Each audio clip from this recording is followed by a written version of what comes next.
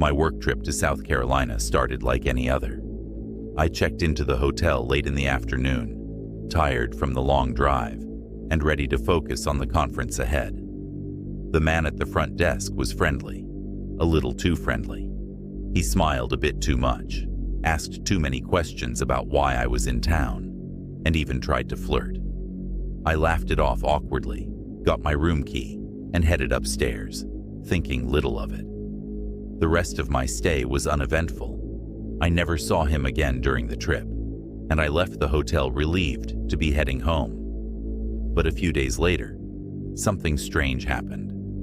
I was sitting at home after work when my phone buzzed with a text message. "Hope you made it home safe," it read. The number wasn't saved in my phone, so I replied, asking who it was. "It's Mike from the hotel," came the response. My stomach sank. How had he gotten my number? He must have taken it from the hotel system. I didn't respond. Instead, I blocked the number, feeling really creeped out. Days passed, and life went on. But then, a week later, I found a note in my mailbox. It was handwritten on plain paper. "Hope to see you again soon." There was no signature, but I knew it was him. I felt exposed, vulnerable. How did he know where I lived? Had he followed me home?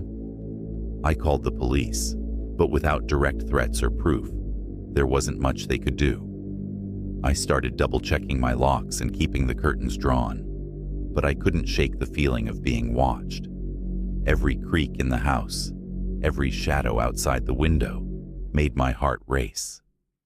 Then, 2 weeks later, it happened. I was sitting in the living room late at night, watching TV, when I heard a faint tapping sound. At first, I thought it was the wind or a branch brushing against the house. But then I felt it, a presence.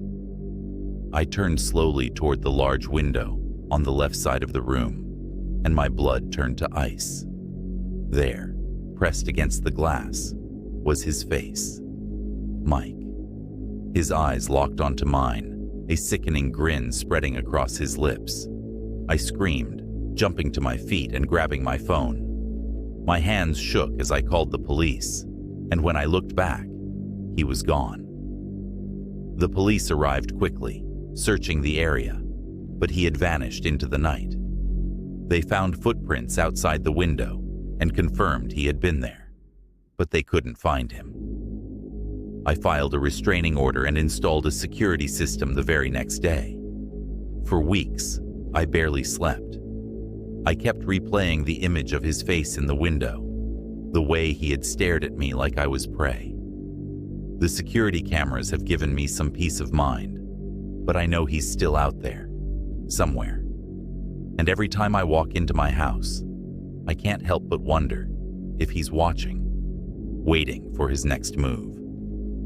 Update. A few months later, my friend sent me a link to a news article. Mike had murdered his ex-girlfriend. This wrecked me. I felt sick and also blessed to have gotten away.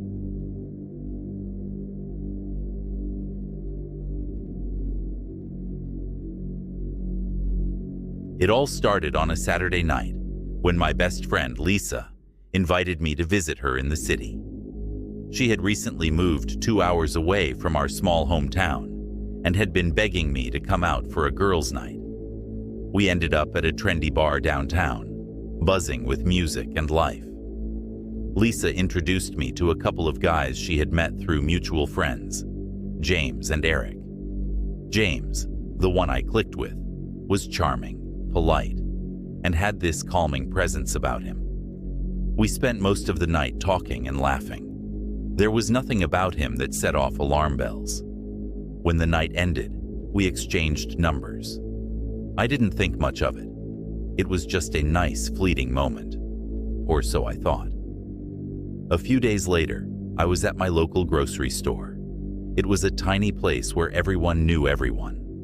While I was picking out apples, I felt someone behind me. Turning around, I saw James.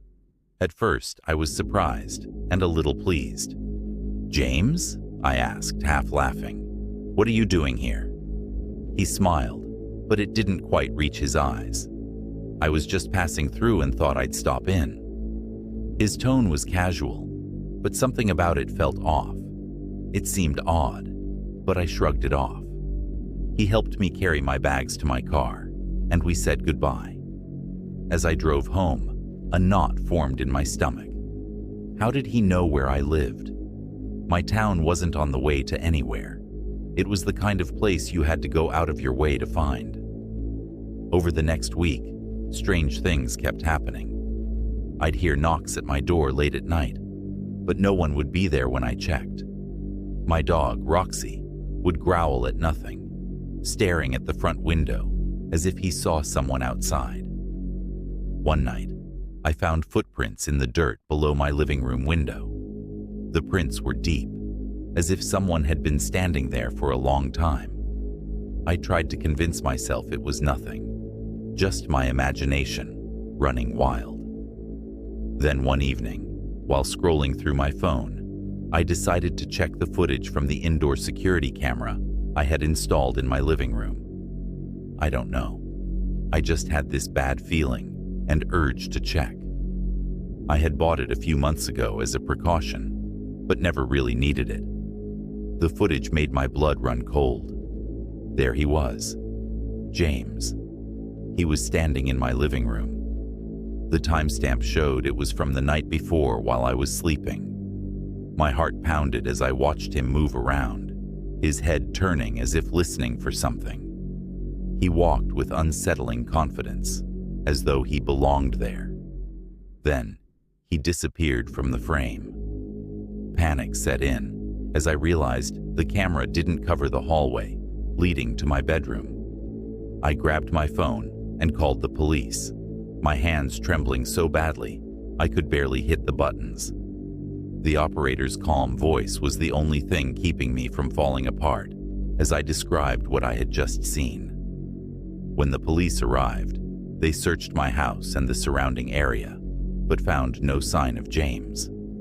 Over the next few days, the police investigated, but James had vanished. Lisa told me she hadn't seen or heard from Eric since that night at the bar. Each night, I locked every door and window, but I couldn't shake the feeling that I wasn't alone. I began noticing small things. A chair moved slightly out of place, a faint scent of cologne, and a feeling of being watched that made my skin crawl. I was legit terrified. One night, I woke to the sound of Roxy barking furiously. My heart raced as I reached for my phone, my fingers fumbling to pull up the security camera feed. The living room was empty, but then I noticed the faintest movement in the hallway, a shadow slipping out of view. The police arrived quickly, but once again, James was gone. The only evidence they found was the back door, slightly ajar, even though I knew I had locked it. The experience left me shaken to my core. I took every precaution I could think of: new locks, additional cameras, and self-defense classes. I've even considered moving, but I'm afraid it won't make a difference. Sometimes I still feel like I'm being watched, and when the shadows stretch long in the evening, I can't help but glance over my shoulder, half expecting to see him standing there, watching me, waiting. The scariest part isn't knowing he's out there. It's knowing he could be anywhere, and I'd never see him coming.